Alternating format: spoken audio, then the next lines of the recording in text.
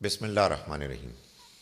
آپ لوگ کہتے ہیں کہ نبی اکرم صلی اللہ علیہ وسلم کے زمانے میں جن مشرکین اور کفار کو قتل کیا گیا، یہ در حقیقت ایک ایسے قانون اتمام حجت کے تحت ہوا کہ جس کا تعلق رسولوں کے ساتھ خاص ہے۔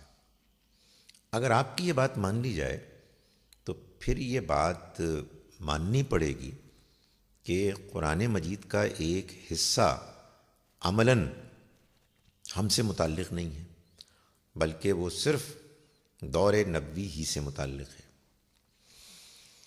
یہ جو سوال یا یہ اعتراض ہے، اس کے پیچھے ایک مفروضہ ہے، اور وہ مفروضہ یہ ہے کہ قرآن مجید میں جو کچھ بھی بیان ہوا ہے وہ سارے کا سارا عملاً قیامت تک کے لیے مسلمانوں پر نافذ العمل ہے، اپلیکیبل ہے۔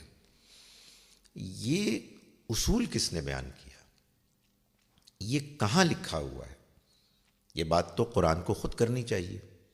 یہ بات تو درست نہیں ہے نا کہ ہم ایک اپنی طرف سے اصول پہلے طے کریں اور اس کو پھر ہم قرآن مجید کے اوپر مسلط کر دیں کہ قرآن اس اصول کے مطابق بات کرے تو ہم اس کو مانیں گے۔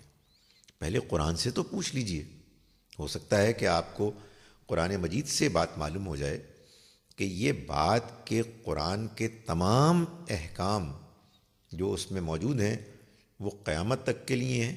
اگر قرآن آپ کو بتا رہا ہے کہ ایسا نہیں ہے تو پھر ظاہر ہے کہ اس دعوے پر، اس انڈرسٹینڈنگ پر اعتراض کی کوئی وجہ نہیں بنتی۔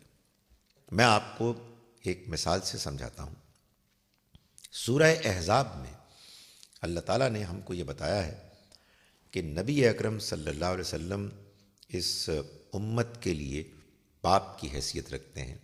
آپ ہمارے لیے پیغمبر ہیں، ہمارے رہنما ہیں، ہمارے ہادی ہیں۔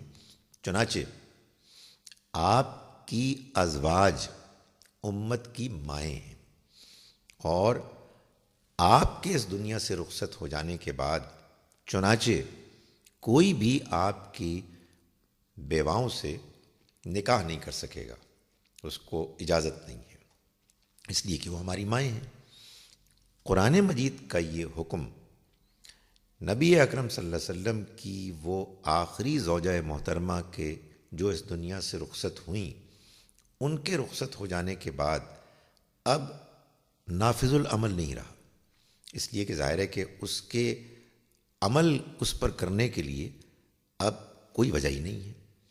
ہم آج بھی اس آیت کی تلاوت کرتے ہیں، وہ قرآن مجید کا حصہ ہے، لیکن ہم سب جانتے ہیں کہ اب اس کا عملاً ہم میں سے کسی سے کوئی تعلق نہیں ہے۔ اسی طرح سے آپ دیکھیے کہ قرآن مجید میں سورہ انفال میں مال غنیمت کی تقسیم بیان ہوئی ہے۔ جب جنگ کی جاتی ہے اور جنگ میں دشمن مال غنیمت چھوڑ کر بھاگ جاتا ہے تو اس کو کیسے تقسیم کرنا ہے، اس کا حکم سورہ انفال میں بیان ہوا ہے۔ مال فے یعنی دشمن بغیر لڑے بھاگ جاتا ہے تو جو مال ہاتھ آتا ہے اس کو کیسے تقسیم کرنا ہے، اس کو سورہ حشر میں بیان کیا گیا ہے۔ لیکن ہم جانتے ہیں کہ آج کے دور میں جب کہ ممالک اپنے فوج کو باقاعدہ تنخواہ دیتی ہیں اور اس تنخواہ کے عوض وہ ہر وقت جنگ کے لیے، جہاد کے لیے تیار ہوتے ہیں، اب اس قانون تقسیم کو کہ جو مال غنیمت کے بارے میں ہے یا مال فے کے بارے میں ہے، اب اس کو ایپلیکیبل، نافذ العمل نہیں سمجھا جاتا۔ چنانچہ یہ بات ہی غلط ہے کہ قرآن پورے کا پورا ہر زمانے کے لیے اس کے تمام احکام لازماً ان پر عمل کیا جائے گا۔ یہ دیکھا جائے گا کہ کون سی بات، کون سا حکم ہے کہ جو خاص اس زمانے کس سے متعلق تھا اور کون سا ہے کہ جو ہر زمانے سے متعلق ہے۔ پورے کا پورا قرآن ہمارے لیے ہدایت ہے، رہنمائی ہے قیامت تک کے لیے۔ اس میں جو کچھ بھی بیان ہوا ہے اس میں ہمارے لیے اللہ پر ایمان، رسالت پر ایمان، آخرت پر ایمان کے لیے روشنی اور رہنمائی ہے۔ البتہ یہ بات کہ کوئی حکم ہمارے لیے آج بھی نافذ العمل ہے، ہمیں اس کی پیروی کرنی ہے یا نہیں، اس کا تعلق اس بات سے ہے کہ کیا جس طرح سے وہ حکم بیان کیا گیا ہے، جو اس کے الفاظ ہیں، جو سیاق و سباق ہے اس حکم کا، وہ یہ بتاتا ہے کہ اس کا تعلق ہم سے بھی ہے، یا وہ یہ واضح کرتا ہے کہ اس کا تعلق صرف اس زمانے سے تھا کہ جس زمانے میں یہ حکم نازل ہوا۔ ظاہر ہے کہ یہ فیصلہ ہمیں دیانتداری سے کرنا ہے، نہ کہ جذبات سے کرنا ہے۔ یہ ایک محض جذباتی بات ہے کہ آپ یہ کہیں کہ قرآن پورے کا پورا قیامت تک کے لیے نافذ العمل ہے اپنے احکام کے اعتبار سے، اس بات کو قرآن قبول نہیں کرتا۔